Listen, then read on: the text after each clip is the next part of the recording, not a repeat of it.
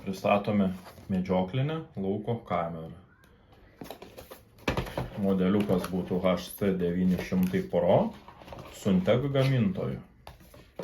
Medžioklinės kameros pagrindinis privalumas yra tas, kad galima tiesiogiai prie medžioklinės kameros telefono pagalba, valdant programėlę, prisijungti ir stebėti vaizdą tiesiogiai. Kamerytė yra maitinama baterijomis keičiamomis AA tipo, dedasi 8 baterijos, veikia realiai iki savaitės laiko.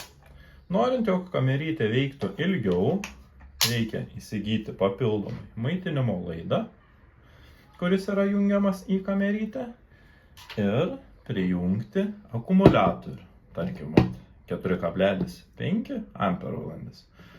Tokiu atveju kamerytė veiks apie mėnesį laiko. Kamerytė yra tvirtinama prie šėryklų, galima tvirtinti prie sodo namelių, kad informaciją gautumėm apie nekviestus svečius. Miške galima tvirtinti prie miško, kad gautumėm informaciją apie šiukšlinančius asmenis. Pagrindinė kamerytės paskirtis yra tvirtinti virš šėryklos medžiotojams, kad gautumėm informaciją, kokie žvėris lankosi prie mūsų šėryklų. Kamerytė yra 36 megapikselių, 4G ryšių veikianti, palaiko atminties kortelę iki 256 GB.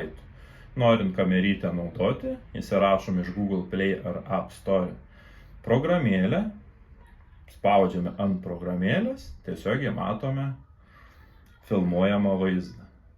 Kamerytė turi judesio davikliuką, fiksuojant judantį asmenį ar žvėrį, gaunamas pranešimas į telefoną. Taip pat yra įrašoma viskas į atminties kortelę, kuri dedasi į pačią kamerytę. Kamerytė veikia su visais SIM operatoriais. Atrodytų štai šitaip. Kamerytė turi naktinį matymą. Judesio aptikimas veikia iki 20 metrų, teoriškai, praktiškai tarp 10-15 metrų.